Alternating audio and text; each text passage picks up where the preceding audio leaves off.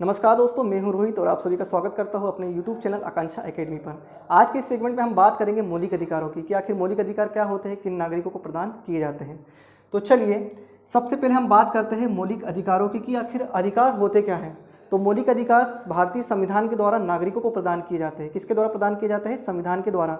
अब आपके मन में प्रश्न उठ रहा होगा कि संविधान क्या होता है। तो संविधान एक पुस्तक है जिसके माध्यम से हमारा जो देश है वो देश जो है वो चलता है। अब आप बोलोगे कैसे चलता है, तो इसमें सारी चीज़ों को व्यवस्थित तौर पर अनुच्छेदों के माध्यम से बताया गया है। कार्यपालिका, व्यवस्थापिका, संसद के बारे में, राष्ट्रपति के बारे में, किस राष्ट्रपति होगा, वो प्रधानमंत्री होगा, सारी चीज़ें व्यवस्थित तरीके से बताई गई। तो इस पर हम लोग और कभी वीडियो बनाएंगे। चलिए, तो आज तो हम बात करते हैं मौलिक अधिकारों की। तो संविधान के भाग 3 में अनुच्छेद 12 से 35 तक मौलिक अधिकारों की व्यवस्था की गई है।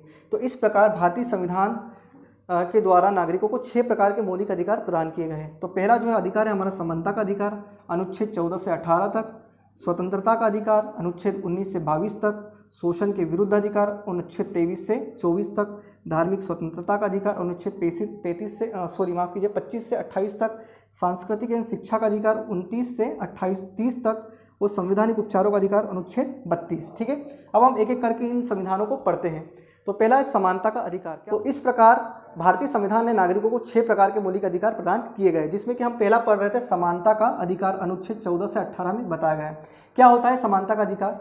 इसका मतलब ये होता है कि आप कानून के नज़रिए में या कानून की दृष्टि में आप सभी कैसे समान हैं। ये कानून हमारा जो है वो ये नहीं देखेगा कि आप महिला हो, पुरुष है तो इसको छूट दी जाए। आपने यदि कानून का उल्लंघन किया है तो आपको बराबर सजा मिलेगी। मतलब कानून के नज़रिए में आप कैसे हो, सभी समान हो। ठीक है, अब हम बात करते हैं अनुच्छेद 14 में क्या है। तो अनुच्छेद 14 में है विधि के समक्ष समता। ठीक है, मतलब कानून के समक्ष आप कैसे हो, बराबर हो। ठीक है, अब बात करते हैं अनुच्छेद 15 में। तो अनुच्छेद 15 में बताया गया है कि भारत के जो कोई भी जो व्यक्ति है, नागरिक है, उसके साथ भेदभाव नहीं किया जाएगा। किन किन आधारों पर? धर्म के आधार पर, जाति के आधार पर, लिंग के आधार पर या जन्म स्थान के आधार पर किसी प्रकार से कोई भेदभाव नहीं किया जाएगा। ठीक है, मतलब इसका एग्जाम्पल हम लोग देते हैं कि मतलब कोई धर्म का है, अलग अलग धर्म का है, तो उसके साथ भेदभाव नहीं किया जाएगा कि मान लो तुम इस धर्म के हो तो और आप इस धर्म के हो तो सज़ा वही मिलेगी जो धर्म ने भी, जिस धर्म के व्यक्ति ने भी कानून का उल्लंघन किया है तो उन दोनों को बराबर सज़ा मिलेगी। ठीक है, तो इसमें ये बताया गया है। ठीक है, तो इसी प्रकार आप किसी भी व्यक्ति की जाति के देख करके आप उसको जाति के आधार पर उसके साथ कोई भेदभाव नहीं किया जा सकता। ठीक है, तो उसके विभेद का प्रतिषेध किया गया है। ठीक है, भेदभाव का मना किया गया है। अनुच्छेद 16 में है लोक नियोजन में अवसर की समानता।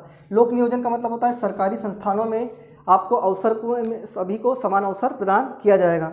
17 में है अस्पृश्यता का अंत। अस्पृश्यता का मतलब होता है छुआछूत का अंत किया जाएगा। ठीक है, अनुच्छेद 18 में है उपाधियों का अंत। तो इस प्रकार